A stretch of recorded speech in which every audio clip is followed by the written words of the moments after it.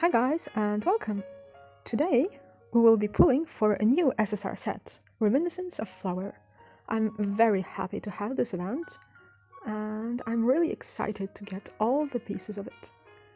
Oh, and don't forget to check the timestamps because I'll be adding like a second part with all the lore related to the event and the set. I hope you like it. Now let's go pull for the set. Let me just quickly check what we have here.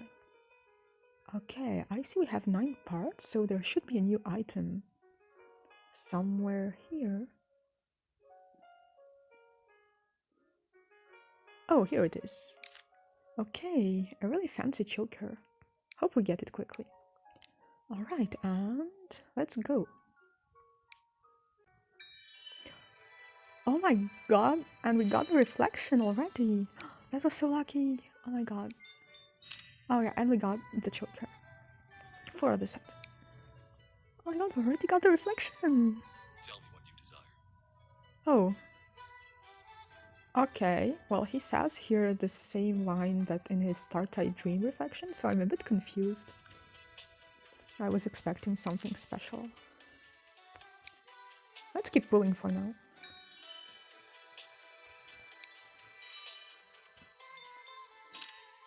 Oh, look, we got the dress. Okay, it's not the luckiest pull, because we only got one new item, but it's the dress. I'm so happy. Oh, and we got the new SR item too.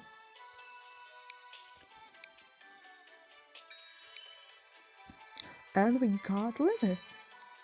And the gloves. Okay.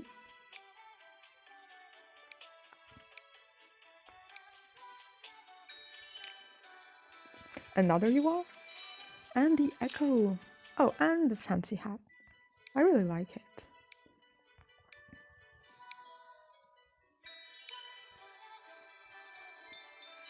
And the hair. The hair is really nice. Not too extravagant, but it goes well with the rest.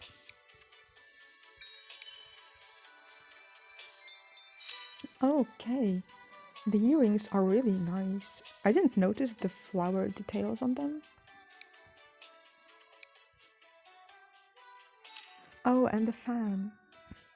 I love it so much, like the embroidery on it. It's crazy.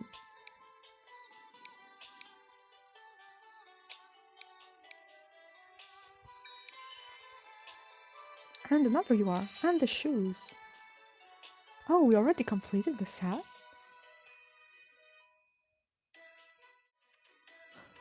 God, it's amazing. I really love the sleeves as well she got there. Oh, and all the little floral details and embroideries. And the whole look is so nice. I love it. This dress is a good choice for an afternoon tea party.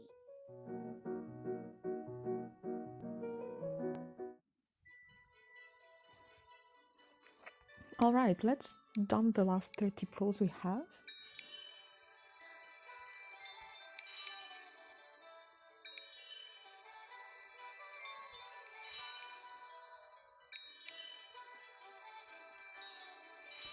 Okay, I don't know how I got a single one.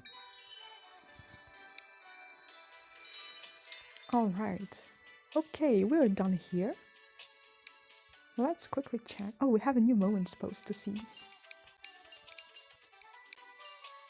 Alright. Another sticker. The background is so good. I will use it so often. Just watch. And the pose. It's really nice. I hope it's the same proportions in the camera mode.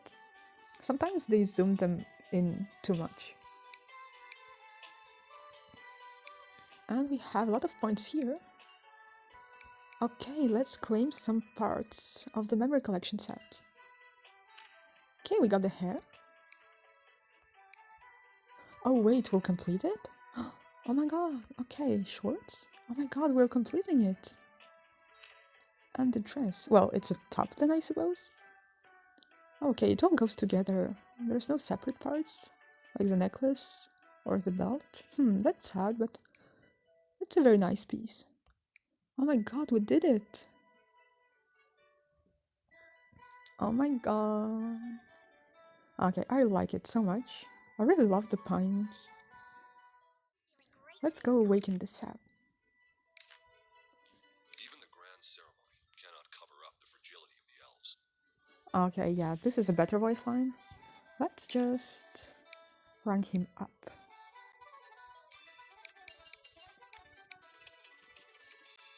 Your destiny depends on yourself. Alright, and we will come back here later to check his memories.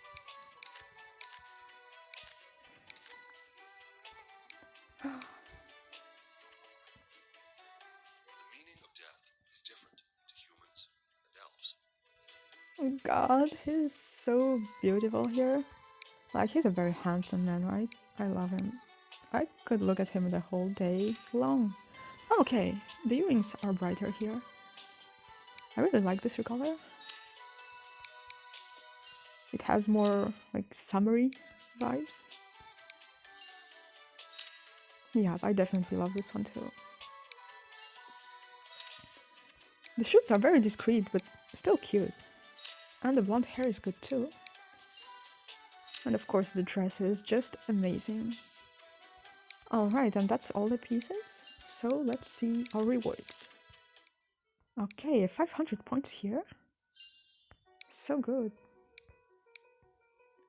A few gems for our troubles. Oh, and for this one too.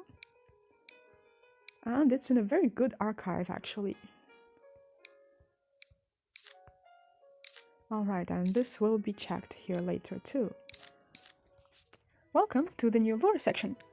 I've been suddenly inspired to add it along with the work I'm doing on the main story, so feel free to drop any feedback you have about this in the comments. In the event stages, we follow Nikki as she discovers the Holy Mind Day in Pigeon Capital. In the city, they learned that Floral flowers were banned in the church as a consequence of a tragic love story between an elf and a human. The ceremony inside the church is delayed as an elven noble is praying in the main hall. When they can finally come in, Nikki sees Elora's bouquet on the altar. An envoy then tells them the story of Elora. She was a human who fell in love with an elf. Even the gods tried to warn her by wilting the flower offerings, but she persisted and paid the price. Leaving the church, Nikki and Momo are very suspicious about this elven lover. No one talks about him. Luckily, they meet Eliza, who tells them that he was the previous king. He cowardly betrayed Lore and returned to his royal duties. Eliza indicates the location of Lore's grave in the Pigeon Forest. There, among the flowers, Nikki remembers the bouquet left at the church's altar. Walking towards Lore's tombstone, Nikki and Momo recognize Mercury standing in front of it. She was his mother. On this holy day, he would be the only one to dare leaving the Loris at the church. What thoughts rushed through his mind as he silently stood, watching his mother's grave? And this is what we learned during the event itself.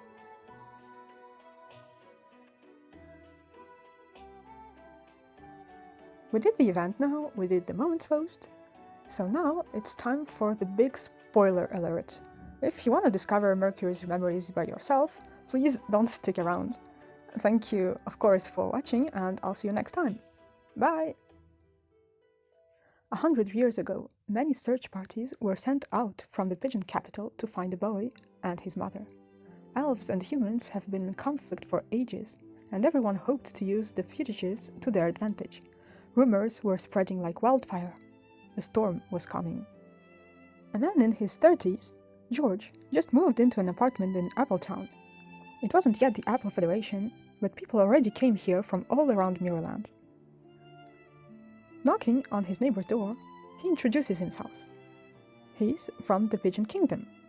But the little boy with the gold gaze and his mother, Nonna, will take a long time to feel comfortable with him. She was beautiful, even her plain clothes couldn't hide it, and the boy was almost princely and looked out of place in this tiny apartment.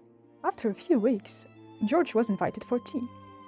Then he shared about the internal conflict in Pigeon and how he was a mercenary before. Now he hoped to find a new path in Appletown. He could even help Nonna sell her crafts. She made beautiful Lori flowers. After 2 years, George spent a lot of time with the boy, They often went to the outskirts of the town together, and he even taught him how to shoot and everything he learned during his mercenary life. One of these days on the outskirts, they met a group of refugees from Pigeon.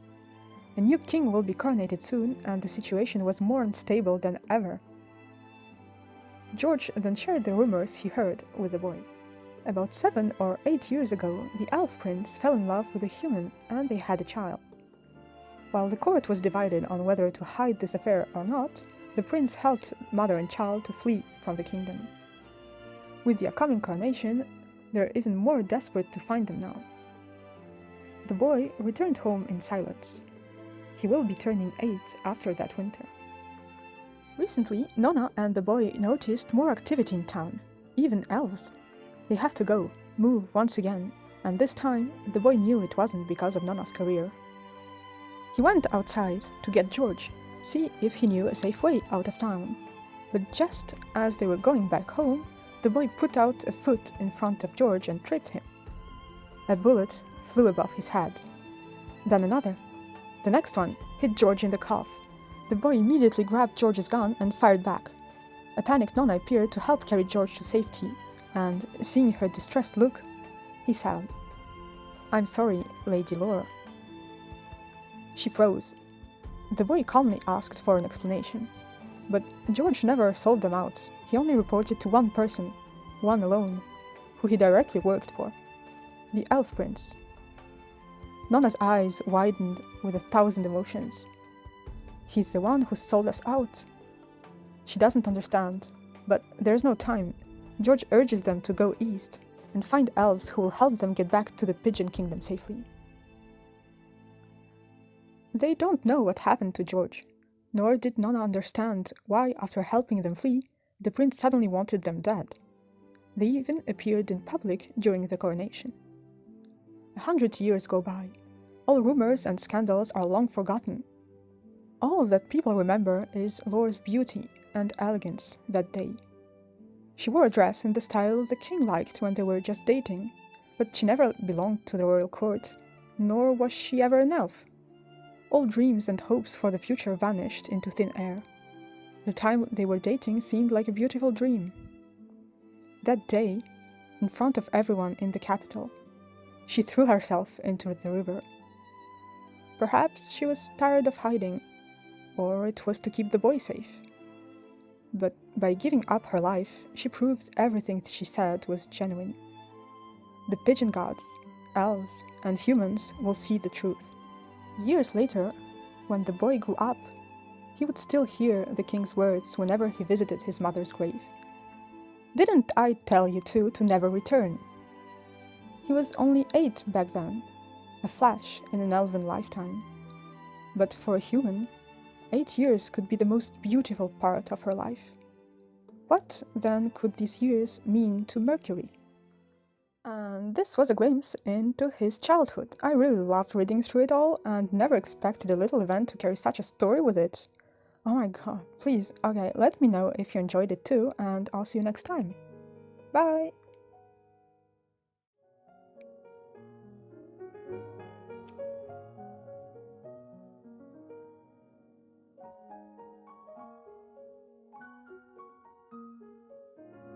Tell me what you desire. Resistance is not enough to avoid being destroyed. I'm neither elf nor human. The world changes so fast that those living in the past will be eliminated.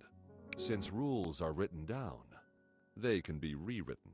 Even the grand ceremony cannot cover up the fragility of the elves.